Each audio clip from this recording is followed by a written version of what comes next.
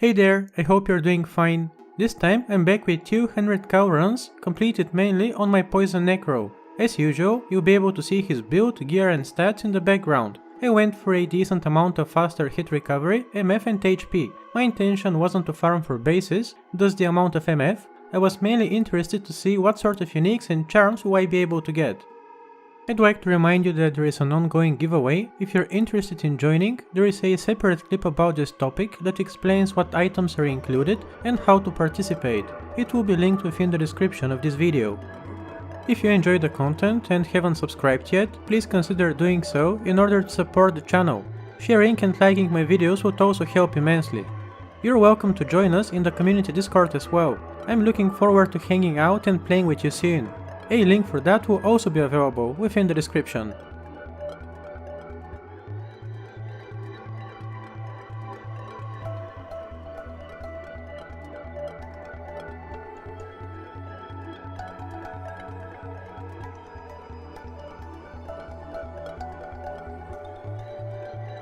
You can reach me in the comment section or on Discord in case you'd like to chat or have any questions.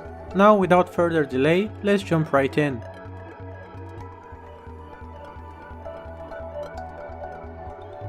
On our very first run, we find a skewer for barbarians that gives 1 to combat skills. Run 11, we loot Area's face. It ends up rolling with the max possible lifesteal. Next, on run 29, we get another Grand Charm. This one rolls with 15 to all resistances.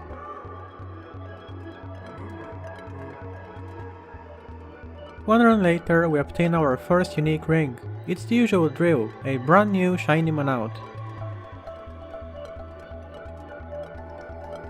Run 37, we find our second unique ring so far. This time it's actually quite nice, a Nagel that rolls with the max possible 30 MF. We also get a useful small charm that gives 4 to all res. Followed by Titan's Revenge found within Tristram. They are all high on AD, but unfortunately non-ethereal. Our second Grand Charm that gives 15 to all res drops on run 43.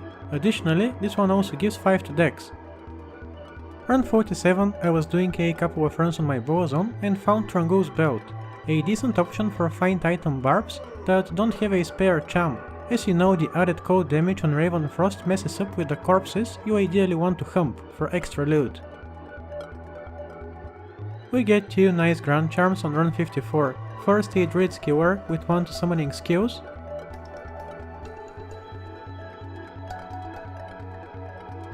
Followed by yet another one that gives resistances, as well as some strength. We also managed to find a Homunculus on our way to Tristram. A bunch of unique rings drop in quick succession, 4 within 5 games to be more exact. Take a look.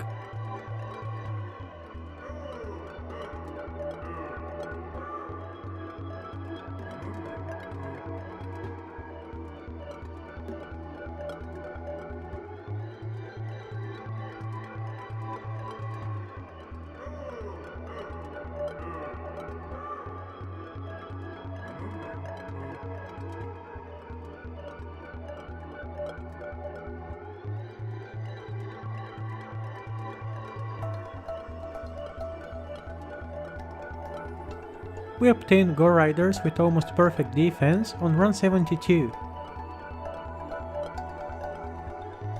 Skipping to run 91 in order to loot a nice charm for physical damage builds. 5 runs later, yet another unique ring, a 28 MF Nagel. On run 102 we find 2 items. First an Assassin's Skewer with 1 to traps and a decent amount of extra gold. Then our best rune in over 100 runs.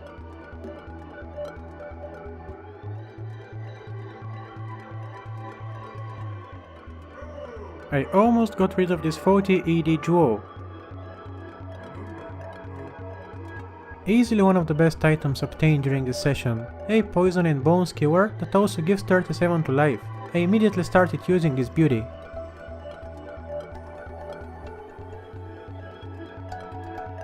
Just 4 runs later, another skewer that also gives HP. A less useful one, but you know, next patch it might become more relevant, so definitely worth keeping. Here I was switching songs, and when I came back, a decent base for the Faith rune word was waiting for me on the ground.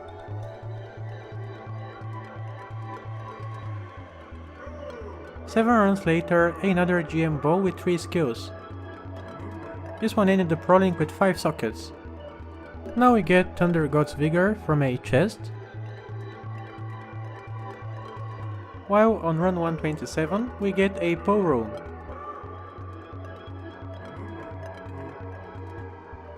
Two runs later we see a Lone Angel. Nothing good for the next 25 runs. Then on run 155 we find a couple of things. First an Oculus.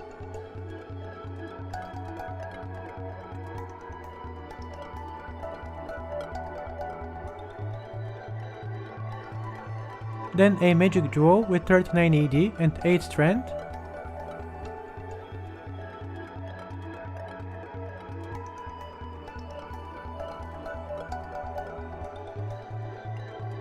Followed by a nice Fire Skewer that also gives 12% faster hit recovery.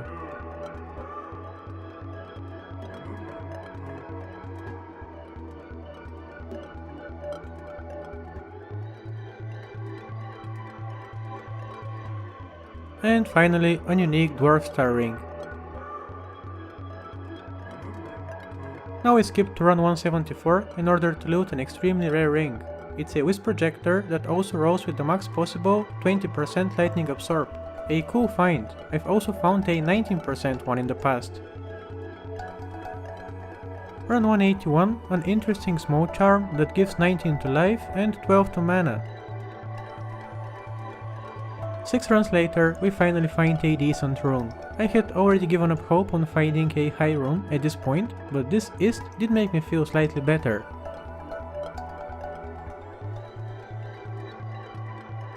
Just kidding, on run 190 we do get our high rune. So unexpected honestly, but at least now the time investment isn't so bad.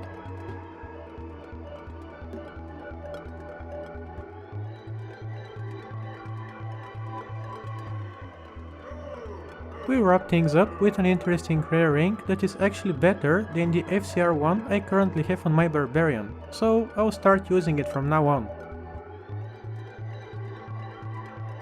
I decided not to include a full run today. It seems pointless since during the highlights you can see the clear speed and what it boils down to. It took me about 22 hours to complete these runs, while in the background you can see a recap of the best items. I have mixed feelings about this one. In the end, I guess it turned out alright due to that low rune, the Poison and Bone Skewer, and a few other items, but I can tell you straight away, I'm not up for farming cows again anytime soon. Let me know in the comment section, what's your opinion on the final results?